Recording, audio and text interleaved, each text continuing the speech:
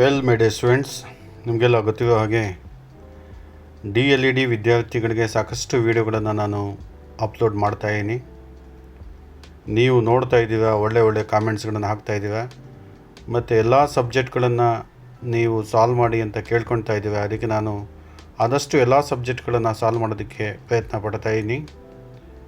ಈ ಒಂದು ವಿಡಿಯೋದಲ್ಲಿ ಫಸ್ಟ್ ಇಯರ್ DLED ವಿದ್ಯಾರ್ಥಿಗಳಿಗೆ ಮ್ಯಾಥಮೆಟಿಕ್ಸ್ ಗಣಿತ ವಿಷಯಕ್ಕೆ ಸಂಬಂಧಪಟ್ಟಂತೆ ಕೆಲವೊಂದು ಪ್ರಾಕ್ಟೀಸ್ ಕ್ವಶನ್ಸನ್ನು MCQಗೆ ಮಲ್ಟಿಪಲ್ ಚಾಯ್ಸ್ ಕ್ವಶನ್ಸ್ ಏನಿದೆ ಅದನ್ನು ನಾನು ಚರ್ಚೆ ಮಾಡ್ತಾಯಿದ್ದೀನಿ. ಇಲ್ಲೂ ಕೂಡ ನಿಮಗೆ 10 ಮಲ್ಟಿಪಲ್ ಚಾಯ್ಸ್ ಕ್ವಶನ್ಗಳನ್ನು ಕೇಳಲಾಗುತ್ತೆ ಎಕ್ಸಾಮಲ್ಲಿ. ಟೋಟಲ್ 60ಗೆ ನೀವು 30 ಮಾರ್ಕ್ಸನ್ನು ನೀವು ತೊಗೊಳ್ಳೇಬೇಕಾಗತ್ತೆ. ಸೊ ಈ ಒಂದು ನಿಟ್ಟಿನಲ್ಲಿ MCQ ಏನಿದೆ, ಮಲ್ಟಿಪಲ್ ಚಾಯ್ಸ್ ಕ್ವಶನ್ಸ್ ಏನಿದೆ, ಬಹಳ ನಿಮಗೆ ಉಪಯೋಗಕ್ಕೆ ಬರುತ್ತೆ. ಅದಕ್ಕೆ ನಾನು ಈ ಒಂದು ವಿಡಿಯೋದಲ್ಲಿ 20 ಮಲ್ಟಿಪಲ್ ಚಾಯ್ಸ್ ಕ್ವಶನ್ಗಳನ್ನು ನಿಮ್ಮ ಜೊತೆ ಚರ್ಚೆ ಮಾಡ್ತೀನಿ. ಇದು ಎಂತಹ ಪ್ರಶ್ನೆಗಳು ಅಂತ ಹೇಳಿದ್ರೆ ಈಗಾಗಲೇ ಎಕ್ಸಾಮಿನೇಷನ್ಸಲ್ಲಿ ಕೇಳಲಾಗಿದೆ, ಮುಂದೆನೂ ಕೇಳುವಂಥ ಚಾನ್ಸಸ್ಸು ಹೆಚ್ಚು ಇದೆ. ಅದಕ್ಕೆ ನೀವು ಹೆಚ್ಚು ಗಮನ ಕೊಟ್ಟು ಈ ಒಂದು ಪ್ರಶ್ನೆಗಳನ್ನು ಕೇಳಬೇಕು. ಮತ್ತು ಹೇಗೆ ನಾನು ಆನ್ಸರ್ನ ಫೈಂಡ್ ಔಟ್ ಮಾಡ್ತೀನಿ ಅಂತಕ್ಕಂಥದ್ದನ್ನು ನೀವು ನೋಡಿ ಸ್ವಲ್ಪ ತಿಳ್ಕೊಳ್ಳಿ. ನಿಮಗೇನಾಗುತ್ತೆ, ಎಕ್ಸಾಮಿನೇಷನಲ್ಲಿ ಬಹಳ ಸುಲಭ ಆಗುತ್ತೆ. ಮೊದಲನೇ ಪ್ರಶ್ನೆಗೆ ಹೋಗೋಣ ನಾವು. ಗಣಿತ ವಿಷಯಕ್ಕೆ ಸಂಬಂಧಿಸಿದಂತೆ ಕ್ವೀನ್ ಆಫ್ ಸೈನ್ಸಸ್ ಎಂದು ಉಲ್ಲೇಖಿಸುವವರು ಯಾರು? ಕ್ವೀನ್ ಆಫ್ ಸೈನ್ಸಸ್ ಅಂತಕ್ಕಂಥ ಮಾತನ್ನು ಹೇಳಿದಂತಹ ವ್ಯಕ್ತಿ ಯಾರು ಅಂತ ಹೇಳ್ಬಿಟ್ಟು, ಗಣಿತ ವಿಷಯವನ್ನು ಕ್ವೀನ್ ಆಫ್ ಸೈನ್ಸಸ್ ಅಂತಕ್ಕಂಥ ಒಂದು ಟೈಟಲನ್ನು ಕೊಟ್ಟಿದ್ದು, ಈ ಮಾತನ್ನು ಹೇಳಿರ್ತಕ್ಕಂಥವ್ರು ಈ ಕೆಳಗಿನ ವ್ಯಕ್ತಿಗಳಲ್ಲಿ ಯಾರು ಅಂತಕ್ಕಂಥದ್ದು ಪ್ರಶ್ನೆ.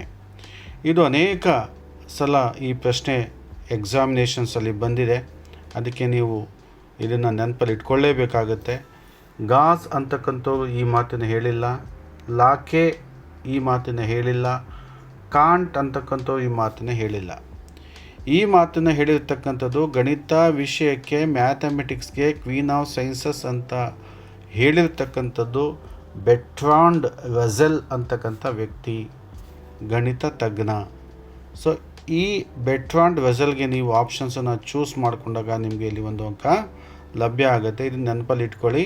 ಇದು ಡೈರೆಕ್ಟ್ ಕ್ವಶನ್ಸ್ ಇದೆ. ಕ್ವೀನ್ ಆಫ್ ಸೈನ್ಸಸ್ ಅಂತಕ್ಕಂಥ ಹೇಳಿರ್ತಕ್ಕಂತಹ ವ್ಯಕ್ತಿ ಅಥವಾ ಗಣಿತ ತಜ್ಞ ಯಾರು ಅಂತ ಹೇಳಿದ್ರೆ ಬೆಟ್ರಾಂಡ್ ರಸೆಲ್ ಅಂತಕ್ಕಂಥವ್ರು. ಕ್ವಶನ್ 2ಗೆ ಹೋಗೋಣ ನಾವು. ಕ್ವಶನ್ 2ನಲ್ಲಿ ಏನಿದೆ, ಇಲ್ಲೂ ಕೂಡ ವ್ಯಕ್ತಿಗಳ ನೇಮ್ ಬಂದಿದೆ ABCD. ಮೊದಲು ನಾವೇನು ಮಾಡೋಣ, ಪ್ರಶ್ನೆ ನೋಡ್ಕೊಳ್ಳೋಣ. ಪರಿಕಲ್ಪನೆಗಳು ಗುಂಪುಗೊಳಿಸುವಿಕೆ ಅಥವಾ ವರ್ಗೀಕರಣಗೊಳಿಸುವ ಪ್ರಕ್ರಿಯೆಯಾಗಿದೆ ಎಂದು ಹೇಳಿದವರು ಯಾರು? ಈ ಕಾನ್ಸೆಪ್ಟ್ ಅಂತಕ್ಕಂಥ ಪರಿಕಲ್ಪನೆಗಳು ಅನ್ನೋ ಕಾನ್ಸೆಪ್ಟ್, ಅದನ್ನು ಗುಂಪುಗೊಳಿಸುವಿಕೆ ಅಥವಾ ವರ್ಗೀಕರಣಗೊಳಿಸುವ ಪ್ರಕ್ರಿಯೆ. ಈ ಕಾನ್ಸೆಪ್ಟ್ ಅಂತಕ್ಕಂಥದ್ದು ಗ್ರೂಪಿಸಮ್ ಅಥವಾ ಈ ವರ್ಗೀಕರಣ ಮಾಡತಕ್ಕಂಥದ್ದು ಒಂದು ಪ್ರೋಸೆಸ್. ಇದು ಈ ಮಾತನ್ನು ಹೇಳಿರ್ತಕ್ಕಂಥವ್ರು ಸೈಂಪ್ ಅಲ್ಲ, ವೈಗಾಸ್ಕಿ ಸೋಷಲ್ ಲರ್ನಿಂಗ್ ಬಗ್ಗೆ, ಸೋಷಲ್ ಲ್ಯಾಂಗ್ವೇಜ್ ಲರ್ನಿಂಗ್ ಬಗ್ಗೆ ಹೇಳಿದ್ದಾರೆ. ಇಲ್ಲಿ ಪರಿಕಲ್ಪನೆಗಳ ಬಗ್ಗೆ, ಗುಂಪುಗೊಳಿಸುವಿಕೆ ಬಗ್ಗೆ ಮಾತಾಡಿಲ್ಲ. ಪಿಯಾಜೆ learner is actively generate his knowledge ಅಂತಕ್ಕಂಥ ಮಾತನ್ನು ಹೇಳಿದ್ದಾರೆ. ಮಗು ಆ್ಯಕ್ಟಿವ್ ಆಗಿ ತನ್ನ ನಾಲೆಡ್ಜನ್ನು ಕ್ರಿಯೇಟ್ ಮಾಡ್ಕೊಳುತ್ತೆ ಅಂತಕ್ಕಂಥ ಮಾತನ್ನು ಹೇಳಿದ್ದಾರೆ. ಇಲ್ಲಿ ಪರಿಕಲ್ಪನೆಗಳ ಮಾತನ್ನು ಹೇಳಿಲ್ಲ. ಈ ಪರಿಕಲ್ಪನೆಗಳು ಗುಂಪುಗೊಳಿಸುವಿಕೆ ಅಥವಾ ವರ್ಗೀಕರಣಗೊಳಿಸುವಿಕೆ ಇದು ಒಂದು ಪ್ರೋಸೆಸ್ಸು, ಪ್ರಕ್ರಿಯೆ ಅಂತಕ್ಕಂಥದ್ದನ್ನು ಹೇಳಿರ್ತಕ್ಕಂಥವ್ರು ಬ್ರೂನರ್. ಇದನ್ನು ನೆನಪಲ್ಲಿಟ್ಕೋಬೇಕು. ಡೈರೆಕ್ಟ್ ಕ್ವಶನ್ ಇದು ಡೈರೆಕ್ಟಾಗಿ ಪರಿಕಲ್ಪನೆಗಳು ಗುಂಪುಗೊಳಿಸುವಿಕೆ ಅಂತ ಬಂತು ಅಂತ ಹೇಳಿದ್ರೆ ನೀವು ಬ್ರೂನರನ್ನು ಸೆಲೆಕ್ಟ್ ಮಾಡಬೇಕು. ನಿಮಗೆ ಇಲ್ಲಿ ಒಂದು ಅಂಕ ಲಭ್ಯ ಆಗುತ್ತೆ. ಕ್ವಶನ್ 3 ನೋಡಿ. ಇಲ್ಲೂ ಕೂಡ ವ್ಯಕ್ತಿಗಳ ಹೆಸರು ಬಂದಿದೆ ಆಪ್ಷನ್ಸಲ್ಲಿ. ಥರ್ಡ್ ಒನ್, ಗಣಿತ ಕಲಿಕೆಯನ್ನು ಅನುಕೂಲಿಸುವ ಸಂದರ್ಭದಲ್ಲಿ. ಗಣಿತ ಕಲಿಕೆಯನ್ನು ಅನುಕೂಲಿಸುವ ಸಂದರ್ಭದಲ್ಲಿ ನೋಡಿ, ಗಣಿತ ಕಲಿಕೆಯನ್ನು ಅನುಕೂಲಿಸುವ ಸಂದರ್ಭದಲ್ಲಿ ಶಿಕ್ಷಕರ ವಿಷಯ ಜ್ಞಾನ, ಅರ್ಥೈಸುವಿಕೆಗಳು ಮತ್ತು ಮಾರ್ಪಾಡುಗಳನ್ನು PCK ಎಂದು ವ್ಯಾಖ್ಯಾನಿಸಿದವರು ಯಾರು ಅಂತಕ್ಕಂಥದ್ದು. ಮೊದಲು PCK ಅಂದರೆ ಏನು? PCK ಅಂದರೆ ಪೆಡಗಾಗಿಕಲ್ ಕಂಟೆಂಟ್ ನಾಲೆಡ್ಜ್ ಅಂತ. Content knowledge ಪೆಡಗಾಗಿಕಲ್ content knowledge. ಗಣಿತ ಕಲಿಕೆಯನ್ನು ಅನುಕೂಲಿಸುವ ಸಂದರ್ಭದಲ್ಲಿ ಶಿಕ್ಷಕರ ವಿಷಯಜ್ಞಾನದ ಅರ್ಥೈಸುವಿಕೆಗಳು ಮತ್ತು ಮಾರ್ಪಾಡುಗಳನ್ನು PCK ಅಂತಕ್ಕಂಥ ನೇಮನ್ನು ಕೊಟ್ಟಿರ್ತಕ್ಕಂಥವು ಯಾರು? PCK ಅಂತ ಹೇಳಿದ್ರೆ ಪೆಡಗಾಗಿಕಲ್ ಕಂಟೆಂಟ್ ನಾಲೆಡ್ಜ್ ಅಂತ. ಇದನ್ನು ಹೇಳಿರ್ತಕ್ಕಂಥವ್ರು ಫೆನೆಮಾ ಮತ್ತು ಫ್ರಾಂಕು ಅಲ್ಲ, ರೋಜರ್ ಬೈಬಿ 5 ಮಾಡಲ್ಸ್ ಬಗ್ಗೆ ಹೇಳಿದ್ದಾರೆ. ಇಲ್ಲಿ ಮೇಲೆ ಡಿ ಆಪ್ಷನ್ನು ಇಲ್ಲ, ಯಾಕೆಂದರೆ ಇಲ್ಲಿ ವ್ಯಕ್ತಿ ಇದ್ದಾನೆ ಈ ಮಾತನ್ನು ಹೇಳಿರ್ತಕ್ಕಂಥವ್ರು ಲೀ ಶಲ್ಮನ್ ಅಂತಕ್ಕಂಥವ್ರು. ನೆನಪಲ್ಲಿಟ್ಕೋಬೇಕು.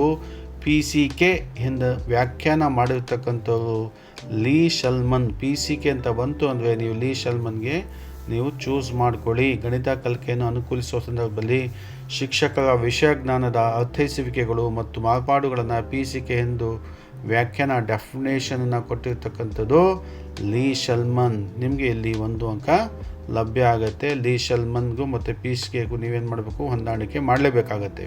PCK ಬಂದಾಗ ಲೀ ಶಲ್ಮನ್ ಬರಲೇಬೇಕಾಗತ್ತೆ. ಕ್ವಶನ್ ನಂಬರ್ 4ಕ್ಕೆ ಹೋಗೋಣ ನಾವು.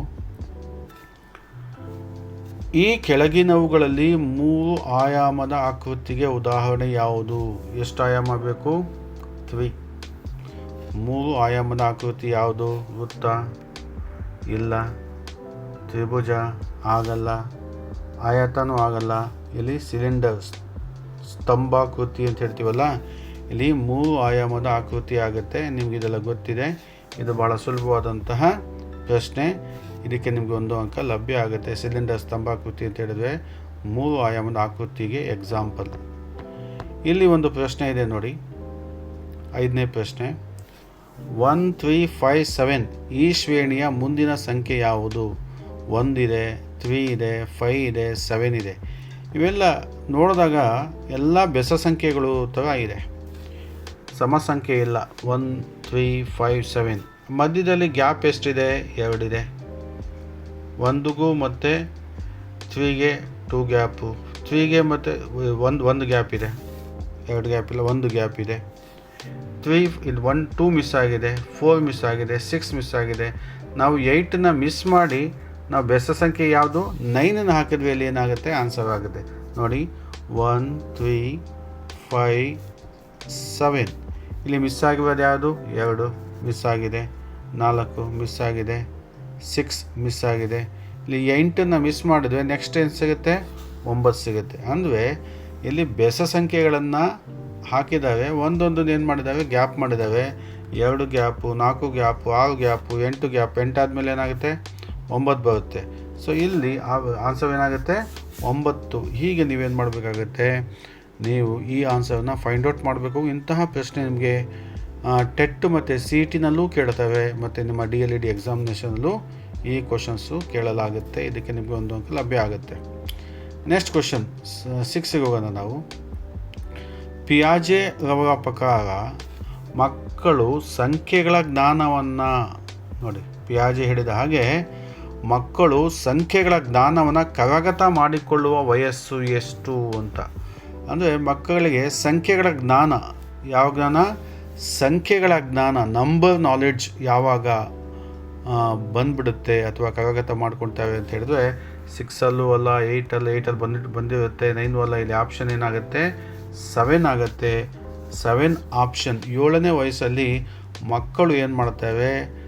ತಮ್ಮ ಈ ಒಂದು ವಯಸ್ಸಲ್ಲಿ ಸಂಖ್ಯೆಗಳ ಜ್ಞಾನವನ್ನು ಏನು ಮಾಡ್ತೇವೆ? ಕರಗತ ಮಾಡ್ಕೊಳ್ತೇವೆ. ಕ್ವಶನ್ ನಂಬರ್ 7 ನೋಡಿ. ಶಿಕ್ಷಕರು ಗಣಿತದ ಪರಿಕಲ್ಪನೆಯನ್ನು ಅನುಕೂಲಿಸುವಾಗ ಶಾಬ್ದಿಕ ನಿದರ್ಶನಗಳನ್ನು, ಎಂಥ ನಿದರ್ಶನಗಳನ್ನು? ಶಾಬ್ದಿಕ ಅಂದರೆ ಪದಗಳ ಮೂಲಕ, ಮಾತಿನ ಮೂಲಕ ಅಂತೇಳ್ಬಿಟ್ಟು ನಿದರ್ಶನಗಳನ್ನು ಒದಗಿಸುತ್ತವೆ. ಇಲ್ಲಿ ಶಿಕ್ಷಕರು ಅನುಸರಿಸುವ ಬೋಧನೆಯ ಹಂತ ಯಾವುದು? ಶಿಕ್ಷಕರು ಗಣಿತದ ಪರಿಕಲ್ಪನೆಯನ್ನು ಅನುಕೂಲಿಸಬೇಕಾದ್ರೆ ಶಾಬ್ದಿಕ ನಿದರ್ಶನ ಅಂದರೆ ಎಕ್ಸಾಂಪಲ್ ಕೊಡ್ತವೆ. ಶಾಬ್ದಿಕ ಅಂತ ಹೇಳಿದ್ರೆ ಪದಗಳ ಮೂಲಕ, ಮಾತುಗಳ ಮೂಲಕ ಅಂತ ಹೇಳ್ಬಿಟ್ಟು ಇಲ್ಲಿ ಯಾವ ಒಂದು ಹಂತ ಆ ಶಿಕ್ಷಕರು ಇಲ್ಲಿ ಅನುಸರಿಸ್ತಾ ಇದ್ದಾರೆ ಅಂತಕ್ಕಂಥದ್ದು. ಇಲ್ಲಿ ಬೋಧನೆ ಏನು ಅಂತ ಅಂಶ ಇದೆ, ಬೋಧನೆಯ ಹೇಗೆ ಅನ್ನೋ ಅಂಶ ಇದೆ, ಬೋಧನೆಯ ಏಕೆ ಅಂಶ ಇದೆ, ಸಾಕ್ಷ್ಯಾಧಾರಗಳ ಹಂತ ಅಂತ ಇದೆ. ಇಲ್ಲಿ what to teach, how to teach, why to teach ಅಂತೇಳ್ಬಿಟ್ಟು. ಬೋಧನೆಯ ಏನು ಅಂದರೆ ವಾಟ್ ಟು ಟೀಚ್ ಅಂತೇಳ್ಬಿಟ್ಟು. ವಾಟ್ ಟು ಟೀಚ್ ಅಂತಕ್ಕಂಥದ್ದು ಶಾಬ್ದಿಕ ನಿದರ್ಶನಗಳಲ್ಲಿ ಆಗಲ್ಲ. 2 ಆಪ್ಷನಲ್ಲಿ 1 ಆಪ್ಷನ್ ತೆಗೆದೆ. ಸಾಕ್ಷ್ಯಾಧಾರಗಳ ಹಂತ, ಅದು ಕೂಡ ಆನ್ಸರ್ ಆಗಲ್ಲ. ಇಲ್ಲಿ ಬಿ ಮತ್ತು ಸಿ ನೋಡೋಣ. ಹೌ ಟು ಟೀಚ್ ಮತ್ತು ವೈ ಟು ಟೀಚ್. ಬೋಧನೆಯ ಹೇಗೆ, ಬೋಧನೆಯ ಏಕೆ. ಇಲ್ಲಿ ಬೋಧನೆಯ ಹೇಗೆ ಅಂತಕ್ಕಂಥದ್ದು ಏನಾಗುತ್ತೆ, ಆನ್ಸರ್ ಆಗುತ್ತೆ. ಯಾಕೆ ಅಂತ ಹೇಳಿದ್ರೆ ಶಾಬ್ದಿಕವಾದಂಥ ನಿದರ್ಶನಗಳನ್ನು ಒದಗಿಸಿ ಪಾಠ ಮಾಡ್ತಕ್ಕಂಥದ್ದು, ಗಣಿತದ ಪರಿಕಲ್ಪನೆಯನ್ನು ಮೂಡಿಸ್ತಕ್ಕಂಥದ್ದು ಒಂದು ಹೇಗೆ ಮಾಡ್ತವೆ ಅಂತಕ್ಕಂಥದ್ದನ್ನು ನಾವು ಈ ಒಂದು ಅಂಶವನ್ನು ನಾವು ಇಲ್ಲಿ ನೋಡಬೇಕಾಗತ್ತೆ. ಬೋಧನೆಯ ಹೇಗೆ, ಹೌ ಟು ಟೀಚ್, ಈ ಒಂದು ಅಂಶವನ್ನು ಅಲ್ಲಿ ಕಲಿಸ್ತಾ ಇದ್ದಾವೆ ಅಂತಕ್ಕಂಥದ್ದನ್ನು ನಾವು ತಿಳ್ಕೊಬೇಕಾಗತ್ತೆ. ಆನ್ಸರ್ ಏನಾಗುತ್ತೆ, ಬೋಧನೆಯ ಹೇಗೆ ಆಗುತ್ತೆ, ಬೋಧನೆಯ ಏಕೆ. ಯಾಕೆ ಬೋಧನೆ ಮಾಡಬೇಕು ಅಂತಕ್ಕಂಥದ್ದಿಲ್ಲ. ಸಾಕ್ಷ್ಯಾಧಾರಗಳ ಹಂತ ಅಲ್ಲ. ಏನು ಬೋಧನೆ ಮಾಡಬೇಕು ಅಂತ, ಏನು ಬೋಧನೆ ಮಾಡಬೇಕು, ಗಣಿತದ ಪರಿಕಲ್ಪನೆ ಈಗಲೇ ಇದೆ. ಏನು ಬೋಧನೆ ಮಾಡಬೇಕು, ಗಣಿತದ ಪರಿಕಲ್ಪನೆ ಬೋಧನೆ ಮಾಡಬೇಕು, ನಡೀತಾ ಇದೆ. ಯಾಕೆ ಬೋಧನೆ ಮಾಡಬೇಕು ಅಂತಕ್ಕಂಥದ್ದು ಈ ಅಂಶ ಇಲ್ಲ. ಯಾಕಂದರೆ ಶಾಬ್ದಿಕ ನಿದರ್ಶನಗಳನ್ನು ಕೊಟ್ಟು ಪಾಠ ಮಾಡಬೇಕಾದ್ರೆ ಬೋಧನೆಯ ಹೇಗೆ ಅಂತಕ್ಕಂಥ ಅಂಶವನ್ನು ನಾವು ಫಾಲೋ ಮಾಡ್ತಾ ಇದ್ದೀವಿ ಅಥವಾ ಟೀಚರ್ ಫಾಲೋ ಮಾಡ್ತಾ ಇದ್ದಾವೆ ಅಂತ ಹೇಳ್ಬಿಟ್ಟು ತಿಳ್ಕೊಬೇಕಾಗುತ್ತೆ. ಇಲ್ಲಿ ನಿಮಗೆ 1 ಅಂಕ ಲಭ್ಯ ಆಗುತ್ತೆ. ನೆಕ್ಸ್ಟ್ ಕ್ವಶನ್ ನಂಬರ್ 8ನಲ್ಲಿ ಶೋಧನೆ ಆಧಾರಿತ ಕಲಿಕೆಯಲ್ಲಿ ಗಣಿತದ ಪರಿಕಲ್ಪನೆಯನ್ನು ಅನುಕೂಲಿಸಲು ಸೂಕ್ತವಾದ ಮಾರ್ಗ ಅಥವಾ ಮಾರ್ಗಗಳು ಯಾವುವು ಅಂತ ಇದೆ. ಶೋಧನೆ ಆಧಾರಿತ ಕಲಿಕೆಯಲ್ಲಿ ಗಣಿತದ ಪರಿಕಲ್ಪನೆಯನ್ನು ಅನುಕೂಲ ಮಾಡಿಕೊಡೋದಕ್ಕೆ ಸೂಕ್ತವಾದಂಥ ಮಾರ್ಗಗಳು ಯಾವುದು ಅಂತಕ್ಕಂಥದ್ದಿದೆ. ಇಲ್ಲಿ ಮಕ್ಕಳ ಕ್ರಿಯಾತ್ಮಕ ಭಾಗವಹಿಸುವಿಕೆ ಬೇಕೇ ಬೇಕು. ಶೋಧನಾ ಆಧಾರಿತ ಕಲಿಕೆಯಲ್ಲಿ ಗಣಿತದ ಪರಿಕಲ್ಪನೆಯನ್ನು ಬೆಳೆಸಬೇಕಾದ್ರೆ, ಅನುಕೂಲಿಸಬೇಕಾದ್ರೆ ಮಕ್ಕಳು ಕ್ರಿಯಾತ್ಮಕವಾಗಿ ಭಾಗವಹಿಸಬೇಕು. ಹೌದು. ಮಕ್ಕಳ ಸಹಜ ಅನ್ವೇಷಣೆಯನ್ನು ಪ್ರೇರೇಪಿಸುವುದು, ಅಂದರೆ ಮಕ್ಕಳು ಸಹಜವಾಗಿ ಅನ್ವೇಷಣೆ ಮಾಡಬೇಕು. ಶೋಧನೆ ಅನ್ವೇಷಣೆ 2 ಒಂದೇ. ಸಹಜವಾಗಿ ನ್ಯಾಚುರಲ್ ಆಗಿ ಮಕ್ಕಳು ಏನು ಮಾಡಬೇಕು, ಶೋಧನೆ ಮಾಡಬೇಕು, ಅನ್ವೇಷಣೆ ಮಾಡಬೇಕು. ಅದಕ್ಕೆ ಮೋಟಿವೇಶನ್ನ ಕೊಡಬೇಕು. ಹೌದು. ಸಿ ನೋಡಿ, ಪ್ರಶ್ನೆಗಳನ್ನು ಕೇಳುವ ಮತ್ತು ಉತ್ತರವನ್ನು ಕಂಡುಕೊಳ್ಳುವ ಕೌಶಲ ಬೆಳೆಸುವುದು. ಮಕ್ಕಳಲ್ಲಿ ಪ್ರಶ್ನೆಗಳನ್ನು ಕೇಳಬೇಕು, ಮಕ್ಕಳು ಉತ್ತರವನ್ನು ಕಂಡುಕೋಬೇಕು, ಆ ಕೌಶಲವನ್ನು ಬೆಳೆಸಬೇಕು. ಶೋಧನೆ ಆಧಾರಿತ ಕಲಿಕೆಯಲ್ಲಿ ಮಕ್ಕಳು ಕ್ರಿಯಾತ್ಮಕ ಆ್ಯಕ್ಟಿವ್ ಆಗಿರಬೇಕು. ಸಹಜ ಅನ್ವೇಷಣೆಯನ್ನು ಕೂಡ ಮೋಟಿವೇಟ್ ಮಾಡಬೇಕು. ಪ್ರಶ್ನೆಗಳನ್ನು ಕೇಳುವ, ಉತ್ತರಗಳನ್ನು ಕಂಡುಕೊಳ್ಳುವ ಕೌಶಲವನ್ನು ಏನು ಮಾಡಬೇಕಾಗತ್ತೆ, ಬೆಳೆಸಬೇಕಾಗತ್ತೆ. ಅದಕ್ಕೆ ಆನ್ಸರ್ ಯಾವುದಾಗತ್ತೆ, ಇವುಗಳೆಲ್ಲವೂ ಬೇಕು. ಎಲ್ಲ ಮಾರ್ಗಗಳು ಎ ಬಿ ಸಿ ಎಲ್ಲ ಮಾರ್ಗಗಳು ಬೇಕು. ಅದಕ್ಕೆ ನಾವು ಏನು ಮಾಡಬೇಕು, ಡಿ ಆಪ್ಷನ್ನ ತಗೋಬೇಕಾಗತ್ತೆ. ಇವುಗಳೆಲ್ಲವೂ ಏನಾಗುತ್ತೆ, ಶೋಧನೆ ಆಧಾರಿತ ಕಲಿಕೆಯಲ್ಲಿ ಗಣಿತದ ಪರಿಕಲ್ಪನೆಯನ್ನು ಅನುಕೂಲಿಸೋಕ್ಕೆ ಬೇಕಾದಂಥ ಮಾರ್ಗಗಳಾಗುತ್ತೆ. ಇಲ್ಲಿ ನಿಮಗೆ 1 ಅಂಕ ಲಭ್ಯ ಆಗುತ್ತೆ. ಕ್ವಶನ್ ನಂಬರ್ 9ಗೆ ಹೋಗೋಣ. ಬರವಣಿಗೆ ರಹಿತವಾಗಿ ನೋಡಿ, ಅರ್ಥ ಮಾಡ್ಕೊಳ್ಳಿ. ಬರವಣಿಗೆ ರಹಿತ ಅಂದರೆ ಬರವಣಿಗೆ ಇಲ್ಲ ಅಂತ, ರೈಟಿಂಗ್ ಇಲ್ಲ ಅಂತ. ವಿದ್ಯಾರ್ಥಿಗಳ ಸಾಮರ್ಥ್ಯವನ್ನು ಅಭಿವ್ಯಕ್ತಿಸುವ ಪರೀಕ್ಷೆ ಯಾವುದು? ನೋಡಿ, ವಿದ್ಯಾರ್ಥಿಗಳ ಸಾಮರ್ಥ್ಯ ತಿಳ್ಕೋಬೇಕು. ಬರವಣಿಗೆ ಬೇಡ, ಬರವಣಿಗೆ ರಹಿತವಾಗಿ ವಿತೌಟ್ ರೈಟಿಂಗ್ ನಾವು ವಿದ್ಯಾರ್ಥಿಗಳ ಸಾಮರ್ಥ್ಯವನ್ನು ಅಭಿವ್ಯಕ್ತಿಸುವ ಪರೀಕ್ಷೆ ಮಾಡಬೇಕು ಅಂತೇಳಿದ್ರೆ ಯಾವ ಪರೀಕ್ಷೆ ಮಾಡ್ಬೋದು? 2 ತಪ್ಪು ಆಪ್ಷನ್ನ ತೆಗೆಯೋಣ. ಲಿಖಿತ ಪರೀಕ್ಷೆ ತಪ್ಪಾಗುತ್ತೆ, ಯಾಕೆಂದರೆ ಬರವಣಿಗೆ ರಹಿತ ಅನ್ನೋದಿದೆ, ಲಿಖಿತ ಪರೀಕ್ಷೆ ಕೊಡೋಂಗೇ ಇಲ್ಲ. ಮತ್ತು ಸಾಧನಾ ಪರೀಕ್ಷೆ ಏನಾಗುತ್ತೆ, ಅದು ತಪ್ಪಾಗುತ್ತೆ. ಸಾಧನಾ ಪರೀಕ್ಷೆಯಲ್ಲಿ ಏನು ಮಾಡಬೇಕಾಗುತ್ತೆ, at the end of the academic ಸಾಧನಾ ಪರೀಕ್ಷೆ ಅಚೀವ್ಮೆಂಟ್ ಟೆಸ್ಟ್ ನಡೆಯುತ್ತೆ, ಅಚೀವ್ಮೆಂಟ್ ಎಕ್ಸಾಮಿನೇಷನ್ ನಡೆಯುತ್ತೆ, ಅಲ್ಲೂ ರೈಟಿಂಗ್ ಇರುತ್ತೆ. ರೈಟಿಂಗ್ ಇಲ್ದಲೇ ಇರ್ತಕ್ಕಂಥದ್ದು ಅಂತ ಇದೆ. ಮತ್ತು ಇಲ್ಲಿ ಎ ಮತ್ತು ಬಿ ತಪ್ಪಾಯಿತು. ಬಿ ಮತ್ತು ಸಿನಲ್ಲೂ ನೈದಾನಿಕ ಪರೀಕ್ಷೆ ಕೂಡ ರೈಟಿಂಗಲ್ಲೇ ಇರುತ್ತೆ. ಆದರೆ ಮೌಖಿಕ ಪರೀಕ್ಷೆ ಅಂತಕ್ಕಂಥದ್ದು ಕೇವಲ ಮೌಖಿಕ ಪರೀಕ್ಷೆ ಬರವಣಿಗೆ ರಹಿತವಾಗಿ ನಡೀತಕ್ಕಂಥದ್ದು ಅಂತಕ್ಕಂಥದ್ದು ನಮ್ಗೆ ಗೊತ್ತಾಗುತ್ತೆ. ಮೌಖಿಕ ಅಂತ ಇದೆ, ಲಿಖಿತ ಅಲ್ಲ. ಇಲ್ಲಿ ಆನ್ಸರ್ ಏನಾಗಬೇಕಾಗತ್ತೆ, ಮೌಖಿಕ ಪರೀಕ್ಷೆ ಅಂತ ಹೇಳ್ಬಿಟ್ಟು ನೀವು ಆನ್ಸರ್ ಆಗಬೇಕಾಗತ್ತೆ. ನಿಮಗೆ ಇಲ್ಲಿ 1 ಅಂಕ ಲಭ್ಯ ಆಗುತ್ತೆ. ಕ್ವಶನ್ ನಂಬರ್ 10ಗೆ ಹೋಗೋಣ. ಕಿರಿಯ ಪ್ರಾಥಮಿಕ ಶಾಲೆಯಲ್ಲಿ ಗಣಿತದ ಮೌಲ್ಯಾಂಕನವನ್ನು ಮಾಡಬೇಕಾದ್ರೆ ಬಳಸುವ ಆದರ್ಶೀಕೃತ ಶ್ರೇಣಿ ಬಿಂದುಗಳ ಮೌಲ್ಯಾಂಕನ ಸೂಚಿ ಯಾವುದು? ಈಗ ಲೋಯರ್ ಪ್ರೈಮರಿ ಸ್ಕೂಲಲ್ಲಿ ಗಣಿತದ ಮೌಲ್ಯಾಂಕನ ಮಾಡಬೇಕು, ಅಸೆಸ್ಮೆಂಟ್ ಮಾಡಬೇಕು, ಇವ್ಯಾಲ್ಯೂಯೇಟ್ ಮಾಡಬೇಕು. ಅಲ್ಲಿ ಬಳಸುವ ಆದರ್ಶೀಕೃತ ಶ್ರೇಣಿ ಬಿಂದುಗಳ ಮೌಲ್ಯಾಂಕನ ಸೂಚಿ ಯಾವುದು? 4 ಶ್ರೇಣಿ ಬಿಂದು ಇರುತ್ತಾ, 5 ಇರುತ್ತಾ, 3 ಇರುತ್ತಾ, 6 ಇರುತ್ತಾ ಅಂತಕ್ಕಂಥದ್ದನ್ನ ನೋಡಬೇಕಾಗತ್ತೆ. ಈ ಗಣಿತದ ಮೌಲ್ಯಾಂಕನ ಮಾಡಬೇಕಾದ್ರೆ ನಾವು 5 ಶ್ರೇಣಿ ಬಿಂದುನ ನಾವೇನು ಮಾಡ್ತೀವಿ, ಬಳಸ್ತೀವಿ. ಯಾಕೆ 5 ಶ್ರೇಣಿ ಬಿಂದು ಅಂತೇಳಿದ್ರೆ ಮೊದಲನೇದು ಅತ್ಯುತ್ತಮ ಅಂತ ಹಾಕ್ತೀವಿ. ಮೊದಲನೇದು ಯಾವುದು? ಅತ್ಯುತ್ತಮ ಅಂತಕ್ಕಂಥದ್ದು. ಸೆಕೆಂಡ್ ಒನ್ ಉತ್ತಮ ಅಂತ ಹಾಕ್ತೀವಿ. ಥರ್ಡ್ ಒನ್ ತೃಪ್ತಿಕರ ಅಂತ ಹಾಕ್ತೀವಿ. ನಾಲ್ಕನೇದು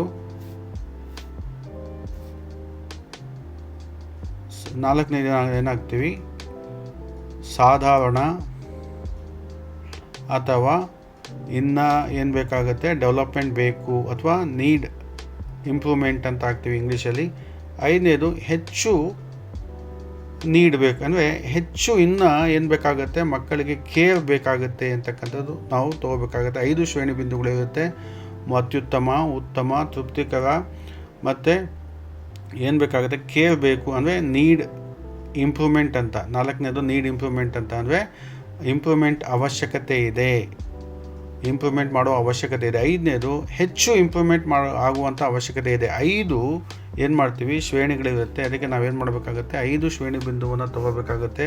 ಇದು ಆದರ್ಶೀಕೃತ ಶ್ರೇಣಿ ಬಿಂದುಗಳ ಮೌಲ್ಯಾಂಕನ ಸೂಚಿ ಯಾವುದು ಅಂತ ಹೇಳಿದ್ರೆ ಕಿರಿಯ ಪ್ರಾಥಮಿಕ ಶಾಲೆಯಲ್ಲಿ 5 ಶ್ರೇಣಿ ಬಿಂದು ಇರುತ್ತೆ.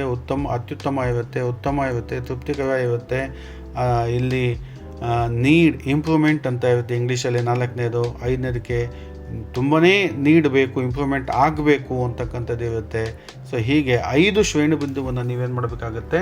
ಸೆಲೆಕ್ಟ್ ಮಾಡ್ಕೋಬೇಕಾಗುತ್ತೆ. ಮಾಡಿಕೊಂಡಾಗ ನಿಮ್ಗೆ ಒಂದು ಅಂಕ ಇಲ್ಲಿ ಲಭ್ಯ ಆಗುತ್ತೆ ಅಂತಕ್ಕಂಥದ್ದು. ಕ್ವಶನ್ ನಂಬರ್ 11ಗೆ ಹೋಗೋಣ. ಗಣಿತವು ವಿಜ್ಞಾನದ ಪರೋಕ್ಷ ಅಳತೆಯಾಗಿದೆ ಎಂದು ವ್ಯಾಖ್ಯಾನಿಸಿದವರು ಯಾರು? ಗಣಿತವು ವಿಜ್ಞಾನದ ಪರೋಕ್ಷ ಅಳತೆಯಾಗಿದೆ ಅಂತ ಹೇಳಿರ್ತಕ್ಕಂಥ ಡೆಫಿನೇಷನ್ ಕೊಟ್ಟಿರ್ತಕ್ಕಂಥ ವ್ಯಕ್ತಿ ಗಾಸ್ ಅಲ್ಲ, ಬೇಕನ್ ಕೂಡ ಅಲ್ಲ, ಕಾಂಟು ಅಲ್ಲ. ಇಲ್ಲಿ ಕಾಯ್ದೆ ಇದು ತಪ್ಪಾಗಿ ಪ್ರಿಂಟ್ ಆಗಿದೆ.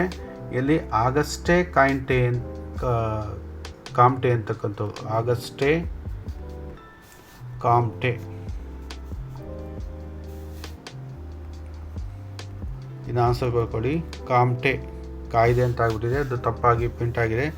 ಆಗಸ್ಟೆ ಕಾಮ್ಟೆ ಅಂತಕ್ಕಂಥವ್ರು ಈ ಮಾತನ್ನು ಹೇಳಿರ್ತಕ್ಕಂಥವ್ರು. ಗಣಿತವು ವಿಜ್ಞಾನದ ಪರೋಕ್ಷ ಅಳತೆಯಾಗಿದೆ ಎಂದು ವ್ಯಾಖ್ಯಾನಿಸಿದವರು ಆಗಸ್ಟೆ ಕಾಮ್ಟೆ ಅಂತಕ್ಕಂಥವ್ರು. ಇಲ್ಲಿ ನಿಮಗೆ ಒಂದು ಅಂಕ ಲಭ್ಯ ಆಗುತ್ತೆ. ಆಗಸ್ಟೆ ಕಾಮ್ಟೆಯನ್ನು ನೀವು ನೆನಪಲ್ಲಿ ಇಟ್ಕೊಳ್ಬೇಕಾಗತ್ತೆ. ಇಲ್ಲಿ ನೋಡಿ ಕ್ವಶನ್ ನಂಬರ್ 12ಅಲ್ಲಿ 1, 4, 9, 16 ಈ ಸರಣಿಯ ಮುಂದಿನ ಸಂಖ್ಯೆ ಅಂತ ಹೇಳಿದ್ದಾರೆ.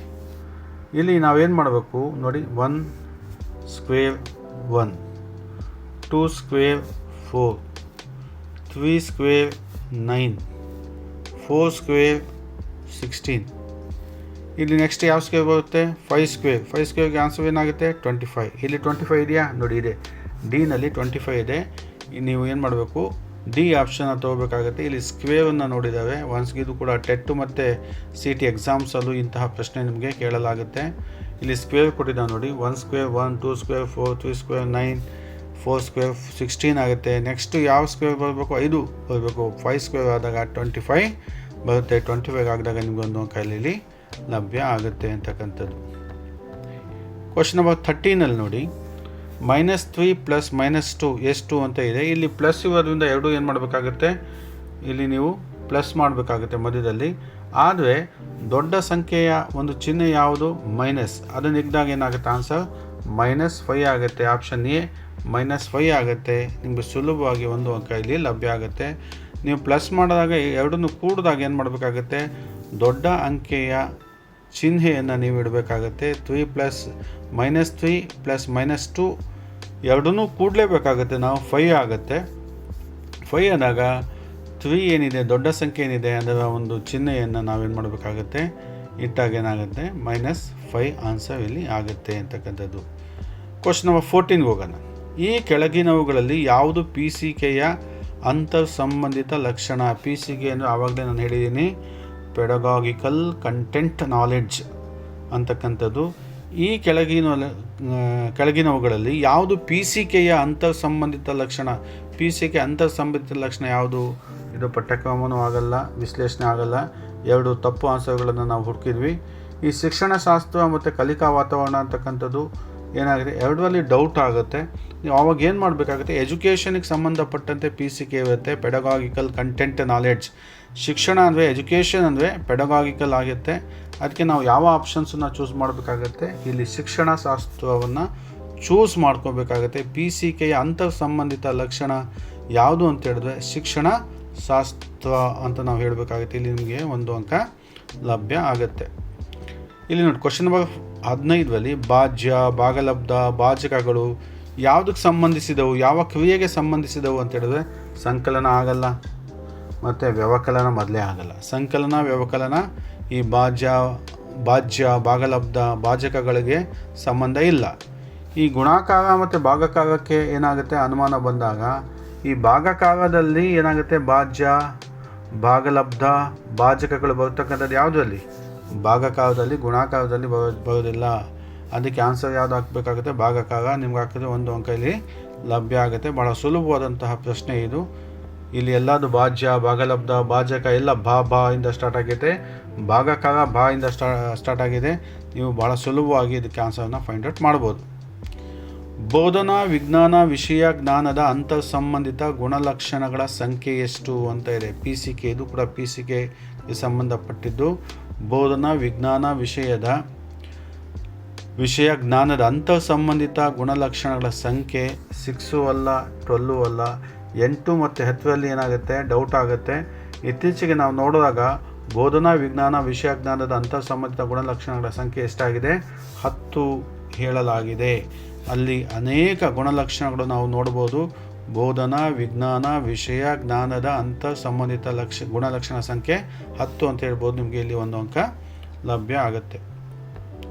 ಕ್ವಶನ್ ನಂಬರ್ 17ಗೆ ಹೋಗೋಣ. ಬ್ರೂನರ್ ಕಲಿಕಾ ಸಿದ್ಧಾಂತದ ಪ್ರಕಾರ ಕಲಿಕೆ ಎಂದರೆ, ಬ್ರೂನರ್ ಕಲಿಕಾ ಸಿದ್ಧಾಂತದ ಪ್ರಕಾರ ಕಲಿಕೆ, ಬ್ರೂನರ್ ಹೇಳಿರ್ತಕ್ಕಂಥದ್ದೇ ಯಾವುದು, ಜ್ಞಾನಾತ್ಮಕ ಪ್ರಕ್ರಿಯೆ, ಜ್ಞಾನಾತ್ಮಕ ಕಾಗ್ನಿಟಿವ್ ಡೆವಲಪ್ಮೆಂಟ್, ಕಾಗ್ನಿಟಿವ್ ಪ್ರೋಸೆಸ್ ಬಗ್ಗೆ ಬ್ರೂನರ್ ಮಾತಾಡಿರೋದು.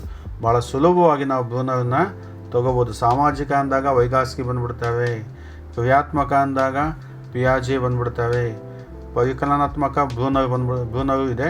ಆದರೆ ಇಲ್ಲಿ ಜ್ಞಾನಾತ್ಮಕ ಪ್ರಕ್ರಿಯೆ ಏನಿದೆ ಬ್ರೂನರ್ಗೆ ನೇರವಾಗಿ ಏನಾಗಿದೆ ಲಿಂಕ್ ಇದೆ. ಅದಕ್ಕೋಸ್ಕರ ನೀವು ಬ್ರೂನರ್ ಕಲಿಕಾ ಸಿದ್ಧಾಂತದ ಪ್ರಕಾರ ಕಲಿಕೆ ಎಂದರೆ ಏನೋ ಒಂದು ಜ್ಞಾನಾತ್ಮಕ, ಕಲಿಕೆ ಅಂದರೆ ಜ್ಞಾನ, ಕಾಗ್ನೇಟಿವ್ ಅಂತಕ್ಕಂಥ ಮಾತಾಡಿರೋದು ಯಾರು, ಬ್ರೂನರ್. ಮಿಕ್ಕಿದೆಲ್ಲ ಏನಾಗುತ್ತೆ ತಪ್ಪಾಗುತ್ತೆ.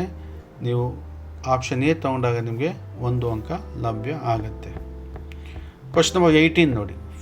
ಈ ರಚನಾ ಮಾದರಿಯನ್ನು ರೂಪಿಸಿದ ಶಿಕ್ಷಣ ತಜ್ಞ, ಎಜುಕೇಷನಿಸ್ಟ್. ಈ ರಚನಾ ಮಾದರಿಯನ್ನು ರೂಪಿಸಿದ ಶಿಕ್ಷಣ ತಜ್ಞ ಯಾರು ಅಂದಾಗ ಜೀನ್ ಪಿಯಾಜೆ ಅಲ್ಲ ಮತ್ತು ವೈಗಾಸ್ಕಿನೂ ಅಲ್ಲ. ವೈಗಾಸ್ಕಿ ಮತ್ತು ಜೀನ್ ಪಿಯಾಜೆ ಇದ್ರ ಸುದ್ದಿಗೆ ಬಂದಿಲ್ಲ. ರಚನಾ ಮಾದರಿ ಬಗ್ಗೆ ಏನೂ ಹೇಳಿಲ್ಲ. ಇಲ್ಲಿ ಬ್ರೂನರ್ ಮತ್ತು ರೋಜರ್ ಬೈಬಿ ನಡುವೆ ಡೌಟ್ ಆಗುತ್ತೆ.